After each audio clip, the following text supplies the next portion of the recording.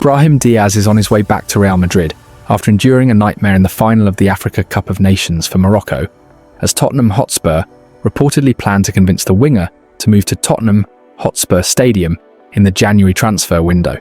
The future of Thomas Frank as Tottenham manager remains uncertain, but that has not stopped the North London club from trying to make the squad better and making signings in the January transfer window.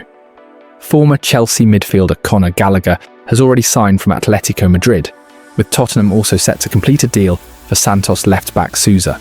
Signing a winger is also on Tottenham's agenda, with Mohamed Kudus out of action until April due to a thigh injury.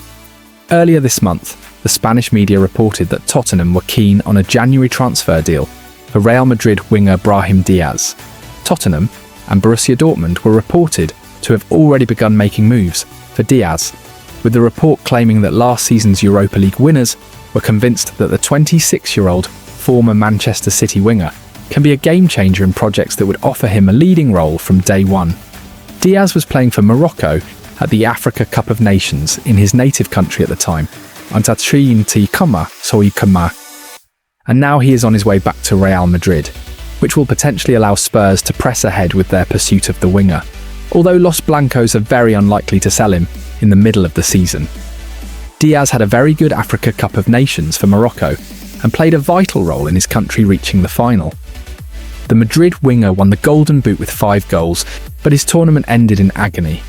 Diaz had the chance to become a legend for Morocco in the 24th minute of injury time, in the final against Senegal at Stade Prince Moulay Abdallah on Sunday. It was the Madrid winger who won the penalty in the 8th minute of injury time, but had to wait for a long time after the majority of the Senegal players had marched off the pitch in protest at the award of the spot kick. When the time came for Diaz to score from the spot, the former Man City winger went for a Panenka-chipped penalty. Senegal international goalkeeper Edouard Mendy stood his ground and caught the ball with ease, with his teammate Pape Gueye eventually scoring the winner in extra time. According to the Daily Star, Diaz was in tears as he watched the remainder of the match from the bench after being taken off in just 8 minutes into extra time. Former Morocco international midfielder Hassan Kachloul said on Channel 4, "I think Brahim Diaz is going to have a lot of nightmares in the coming days." Former Nigeria international midfielder John Obi Mikel noted, "The miss spoils everything Brahim Diaz has done well in this tournament. He is going to be devastated. This is going to be tough on him. For weeks, for months."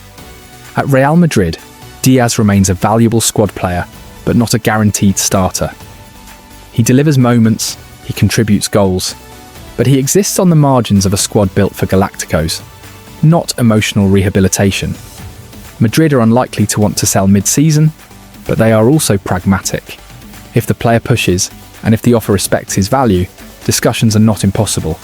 Especially after AFCON, players return from tournaments differently, confidence shaken, priorities recalibrated, careers reassessed. Tottenham are betting.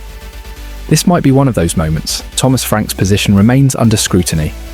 Results have dipped. Fan patience is thin. January matters.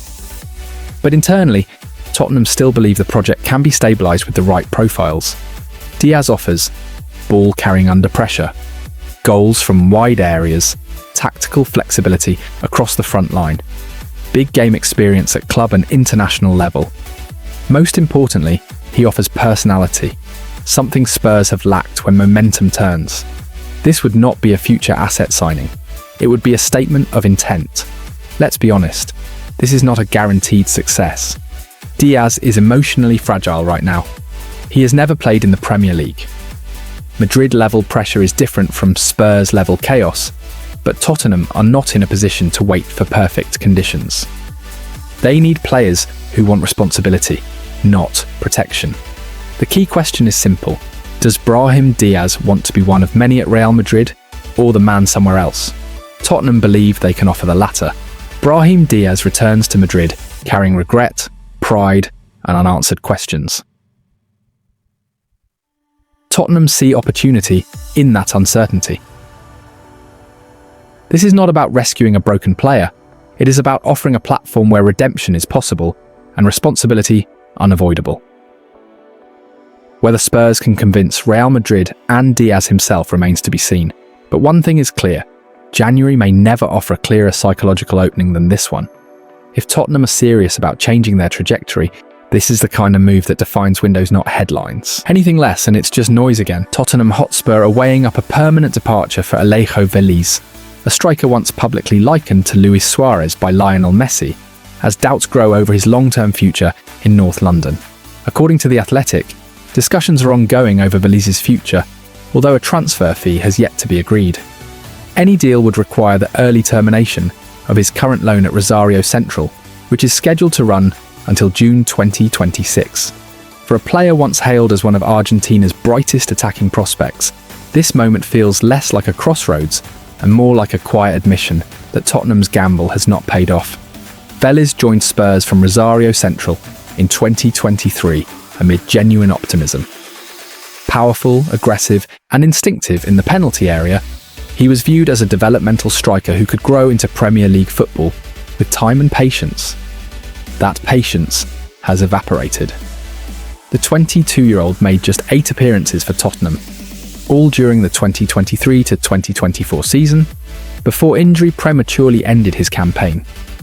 He failed to score, struggled for rhythm, and never truly looked comfortable in Ange Postecoglou's system before the club moved on. Rather than being reintegrated, Veliz was sent back to Rosario Central on loan, a move that increasingly looks less like a development step and more like an exit ramp.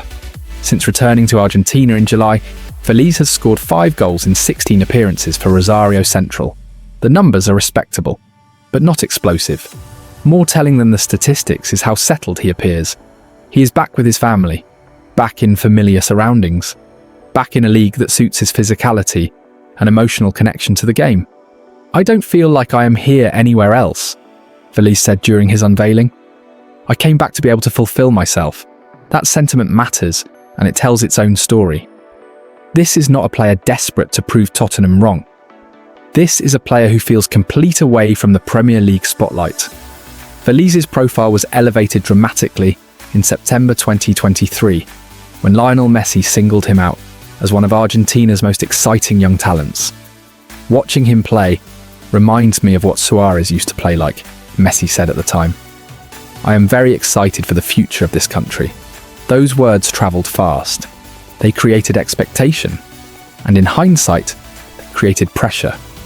Veliz was never equipped to carry at a club like Tottenham.